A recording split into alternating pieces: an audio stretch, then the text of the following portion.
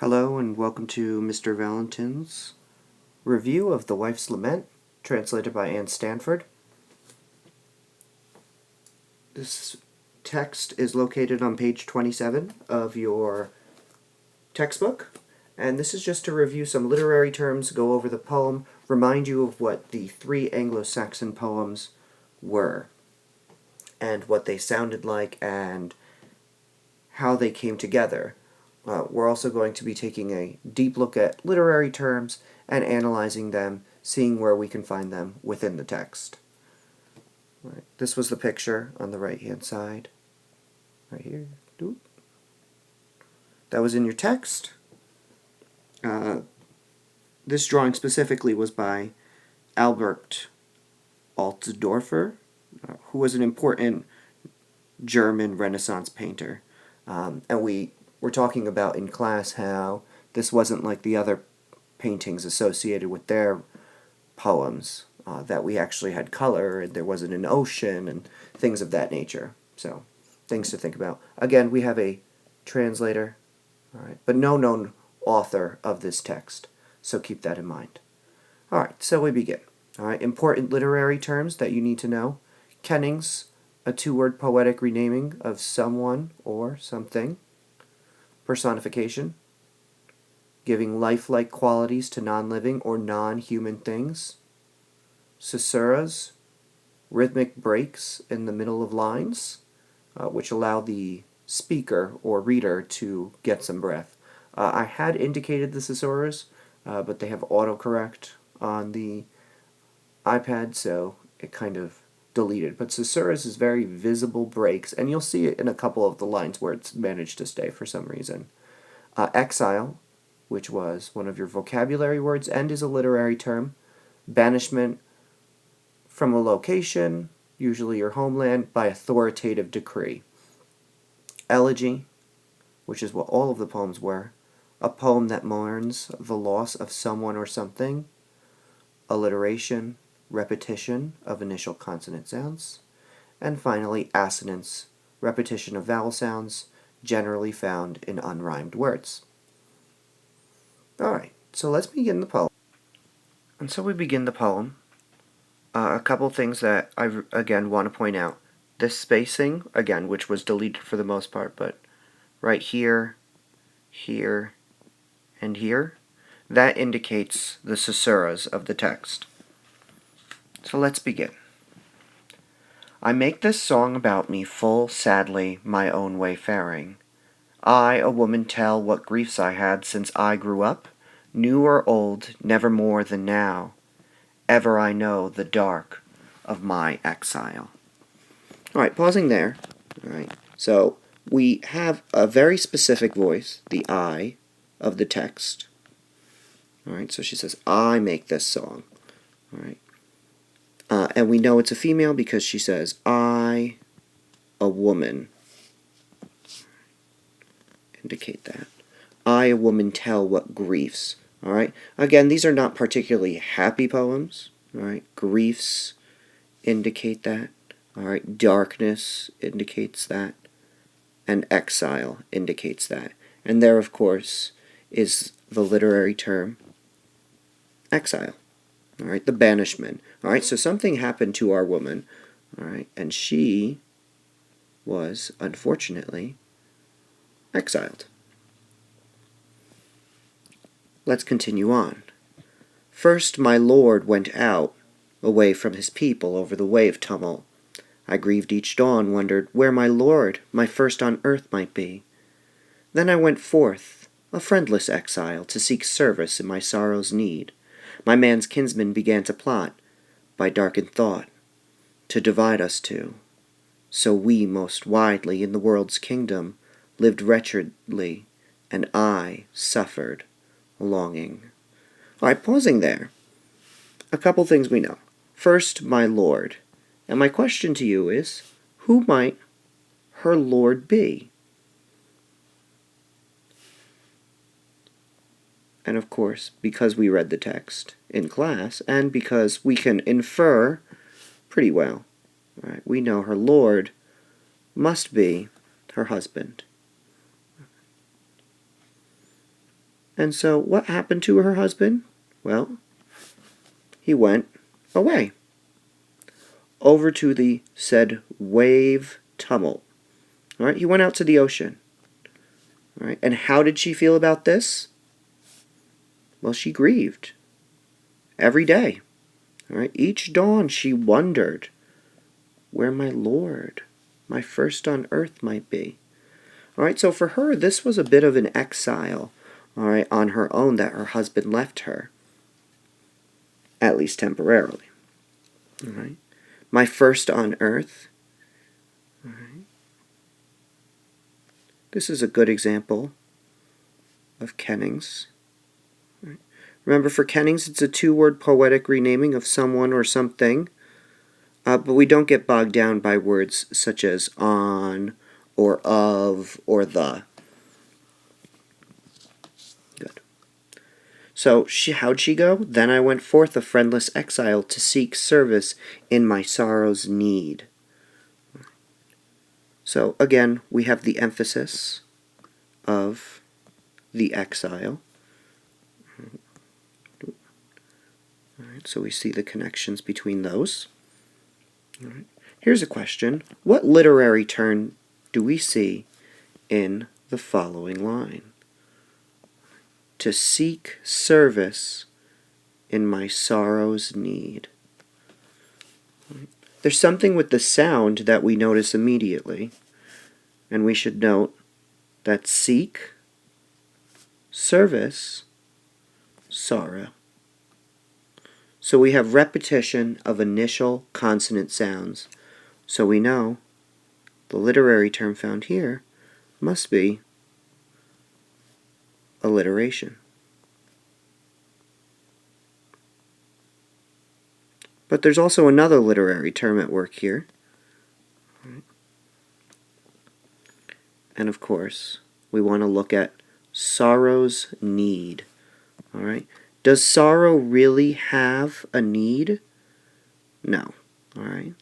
It's a bit of hyperbole there, all right? Exaggeration as it might be. All right? But we definitely want to indicate that sorrow is not a person. All right? So we might want to add personification.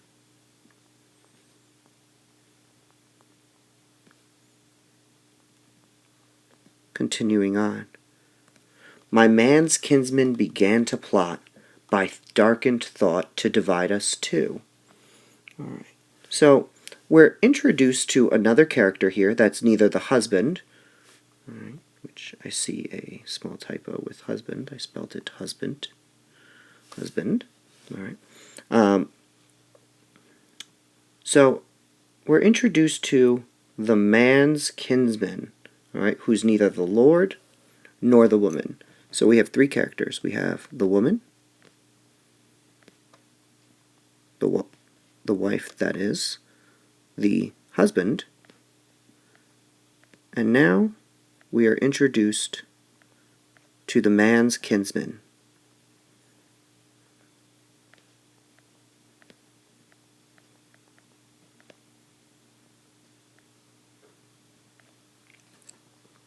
All right. And so what did the man's kinsman do? He began to plot. And of course we associate plotting with not good things.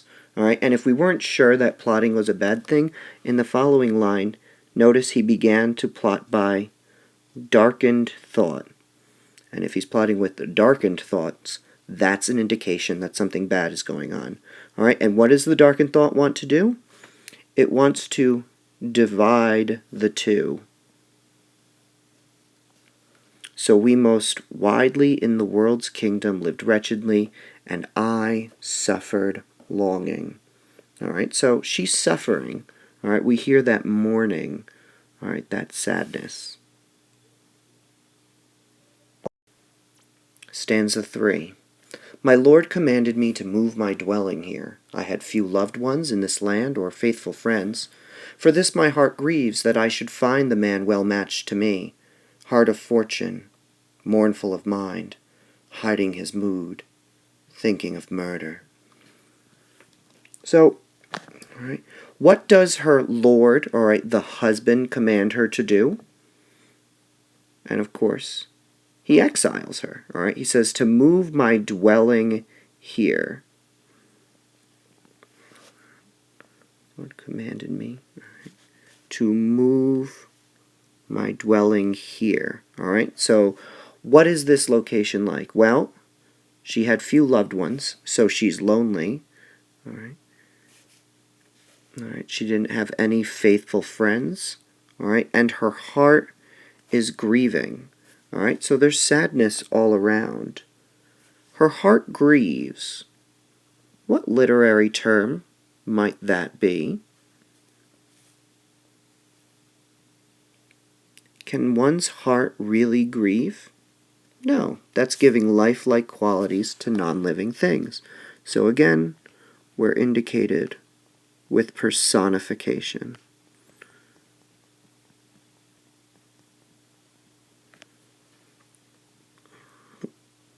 There we go.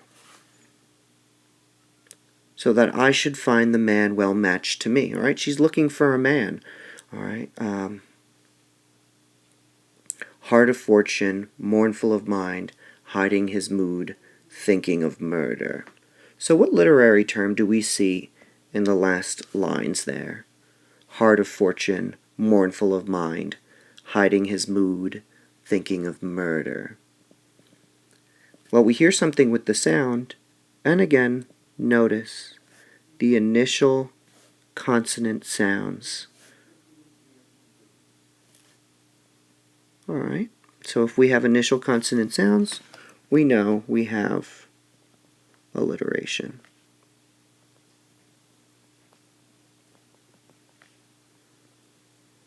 Alright, so these texts are full of literary terms.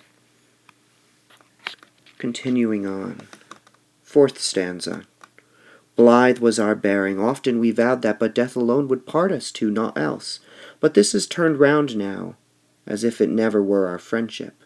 I must far and near bear the anger of my beloved. The man sent me out to live in the woods under an oak tree, in this den in the earth, ancient this earth hall.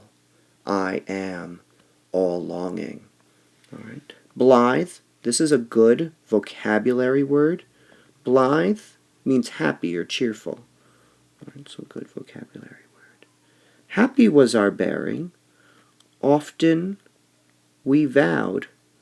And what vow is she talking about? Of course, she's talking about her marriage vow.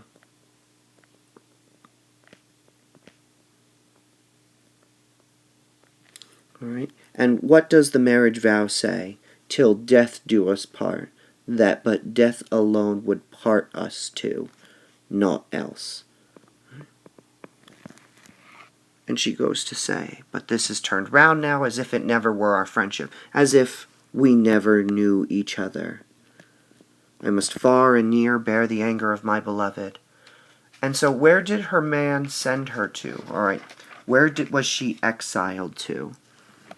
And of course, she was exiled under an oak tree, all right, into the woods, in this den in the earth, all right. Again, it's the earth hall, and how does she feel about it? She's longing.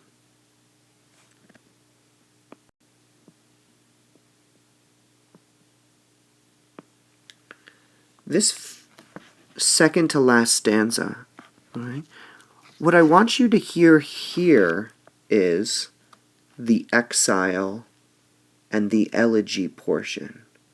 All right, she's mourning. All right, what is she mourning? The loss of her beloved. And she feels bitter about it. So I want you to hear it for sound. We're not going to decipher this stanza as much, but listen to how this sounds. The valleys are dark, the hills high, the yard overgrown, bitter with briars, a joyless dwelling. Full oft the lack of my Lord seizes me cruelly here. Friends there are on earth, living beloved lying in bed, while I, at dawn, am walking alone under the oak tree through these earth halls. There I may sit the summer-long day. There I can weep over my exile, my many hardships. Hence I may not rest from this care of heart, which belongs to me ever, nor all this longing that has caught me in this life. All right, so again, notice this deep elegy. All right, how does it feel? She's joyless. All right, without her Lord, it seizes her cruelly. The aloneness, that exile portion, is vital. All right, and how does she feel? All right, there, she cries, she weeps. There's exile. All right, they blatantly state how she's feeling.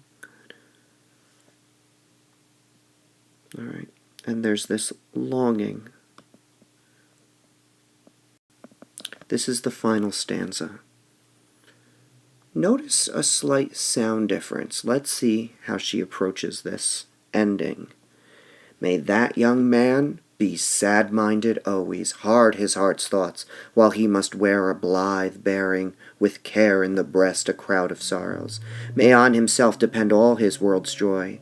Be he outlawed far in a strange folk land, that my beloved sits under a rocky cliff, rhymed with frost, a lord dreary in spirit, drenched with water in a ruined hall.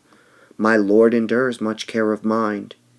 He remembers too often a happier dwelling. Woe be to them that for a loved one must wait in longing. All right, so she could take a total approach of feeling awful and feeling sad for herself. After all, she is exiled. But she puts it at the end on the husband, all right, that young man. How does she want him to feel? She wants him to feel sad-minded always. She wants him to be miserable. She doesn't want him to get over it. She doesn't want to forget about the yesteryears. She wants him to feel terrible. All right? And she goes on, hard his heart's thought. All right? He must wear a happy bearing with care. All right? In a crowd of sorrows. So there emphasizes, all right, the sadness. All right? And she says, may on himself depend all his world's joy. Be he outlawed far in a strange folk land. All right? She wants him to be outlawed. So what does she want for him to do? She wants him to be exiled.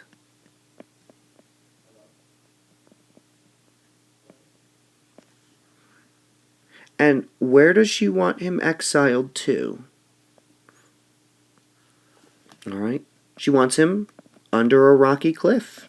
She wants it to be miserable. It will be rhymed with frost. It will be dreary. It will be drenched with water. It will be a ruined hall. All right? So she really wants him to suffer. I love that she kind of gets, if anything, a little bit sassy here. He remembers too often a happier dwelling. That he had it good, but now it's miserable. All right? He didn't know how good he had it. That kind of attitude. So what does she want the end result to be? Woe be to them. Woe be to him. Be miserable. And I hope forever that he's waiting and longing, that he's as miserable or even more miserable than I am. All right. Good. I hope that was helpful in a review, especially a review of the literary terms. All right. And I hope you see the elegy and the exile come forth very strong.